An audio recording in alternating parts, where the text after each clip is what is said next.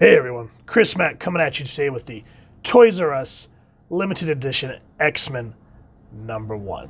I've been wanting to review this comic for a while now, but life happens.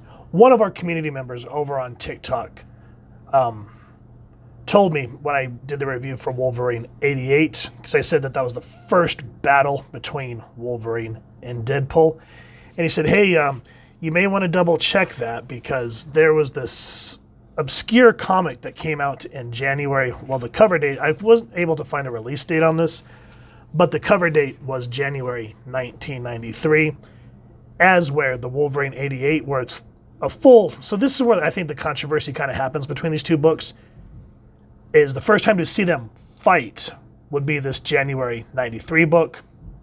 But if you want to like a full-on battle between the two, I believe it was Wolverine 88, and the release date on that was October 1994. So that was a year later. So we can, split hairs that way. Nonetheless, I want to give a shout out to that community member because I never knew this book existed. And I read it, and it's kind of corny, but it's also fun. It takes place in the 616 universe. This isn't like the animated series or anything like that. Now, we see all our heroes standing in the cool, dynamic pose, and it says, they didn't start this, but they're determined to finish it. People born with an X factor in their genes, endowing them with superhuman powers and abilities. Mutants gathered by Professor Charles Xavier to protect man and mutant alike from the forces of evil that plague their world. They are Storm, Archangel, Cyclops, Gambit, Wolverine, and Iceman.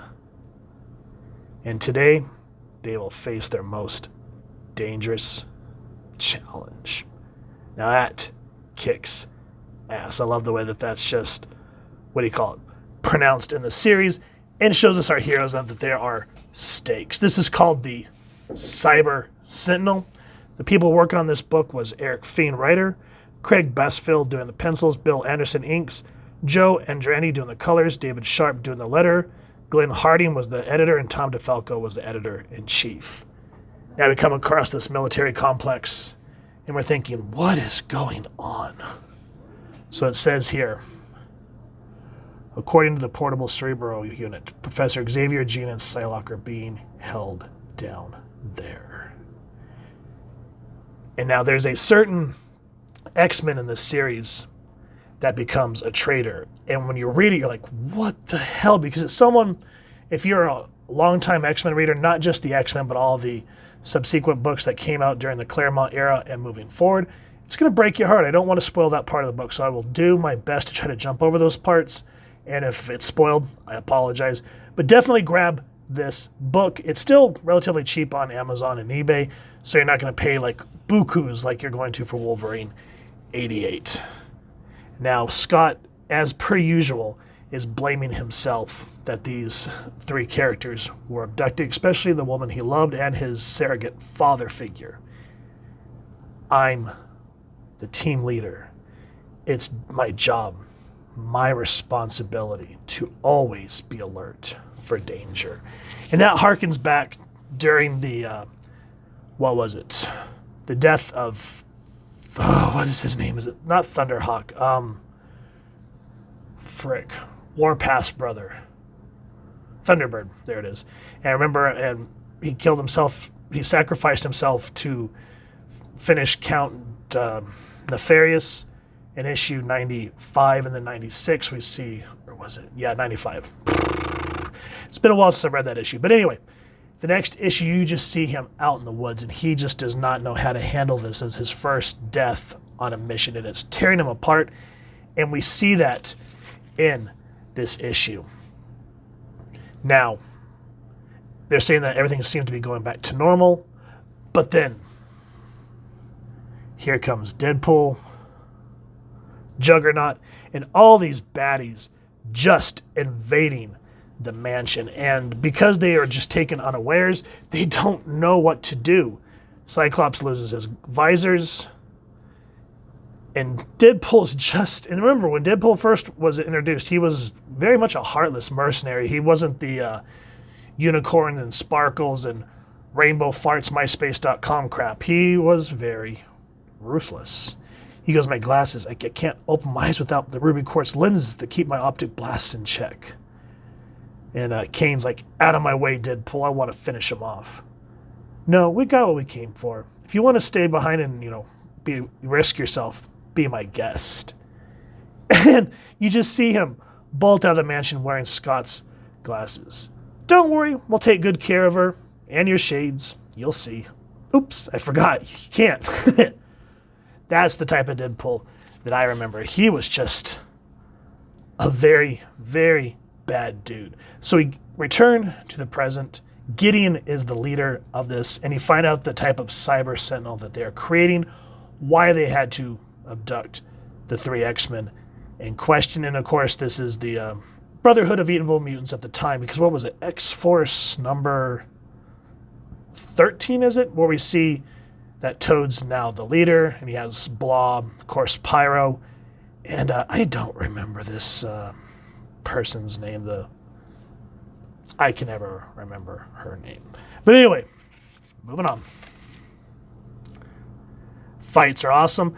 The artwork is, you can kind of see that they sort of not rushed it, because it looks good, but Wolverine looks great in this panel. But look at the way Blob just kind of looks a little cartoony right there. Same with Toad.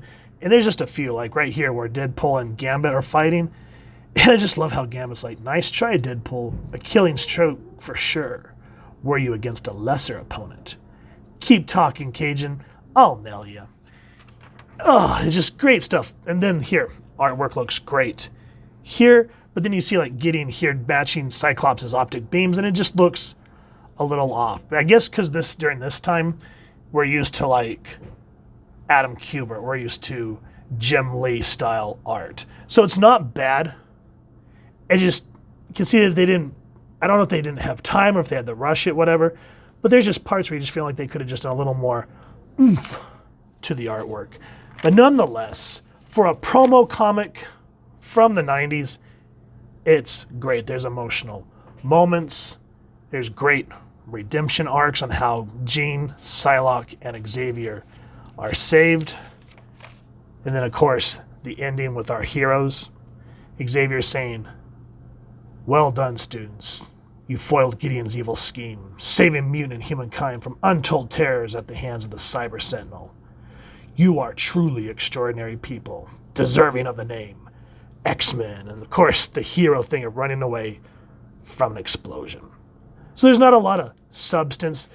Well, I take that back. There are some very emotional moments, especially with the betrayer that I tried really hard to keep out of this book. I want you guys to check it out. And again, compared to some of the rushed art that we see in modern comic books, even though this was rushed, they still did their best to make this look like it was part of the X-Men and Uncanny X-Men, X-Force and X-Factor style that we saw during this era. And it deserves, as Xavier said, to be called X-Men. Highly recommend it. Glad that this was brought to my attention, because I would have never thought in 1,000 years that this book existed until someone said something. So glad that it's in my collection and in a relatively good shape. And I love that when you flip it, love that little double page. I don't know if that's on everyone. If you guys have this copy, do you have this same thing where it's 2 covers? I think that's pretty cool. And if you've enjoyed what you've seen, please first and foremost support your local comic shop or wherever it is that you get your comics and action figures. And if you've enjoyed this review, we really would appreciate if you take a moment to like, share, and subscribe. And if you don't mind hitting that fancy little X bell next to subscribe, that way as we continue to upload content, you guys get notified. Come to the channel, and we love talking with you all and hearing your thoughts and feedback down in the comments below or our social media pages, which I will make sure to leave the links down in the description. So with all that said, I hope you all continue to have an absolutely amazing day reading, and happy hunting, everyone.